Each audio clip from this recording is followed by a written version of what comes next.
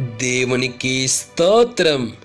మన ప్రభు నామములో మీ అందరికీ వందనాలండి. మరి ఈరోజు దేవుడు మన కొరకు సిద్ధపాటు చేసిన దేవుని వాగ్దానము చూద్దాం రండి. యెషయా గ్రంథము 54వ అధ్యాయము 8వ వచనమండి. నిత్యమైన కృపతో నీకు వాత్సల్యము చూపుదును అని నీ విమోచకుడగు యెహోవా సెలవిచ్చుచున్నాడు. ఆమేన్. దేవునికి స్తోత్రం. మరి ఈ వాగ్దానము మనందరి హృదయాల్లో నెరవేరేలాగా దేవుని సహాయము కోరుదామండి. చిన్న ప్రార్థన చేసుకుందాము. మరి మీరు కూడా ఈ ప్రార్థనలో ఏకీభవించండి. ప్రార్థన.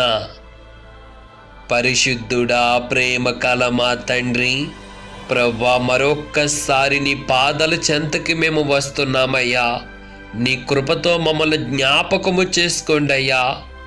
అవును తండ్రి, ఈరోజు మమ్మల్ని ప్రేమించి నీ వాగ్దానము మాకు ఇచ్చినందుకు నీకు వందనాలయ్యా.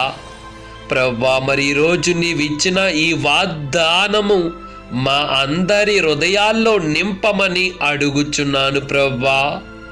అవునయ్యా, మా అందరి జీవితాల్లో ఈ వాగ్దానం నెరవేరునట్లుగా నీవే మాకు సహాయము కలగజేయండి ప్రభువా. అవును ప్రభువా, నిత్యమైన నీ కృప మా అందరిపై ఉంచండయ్యా.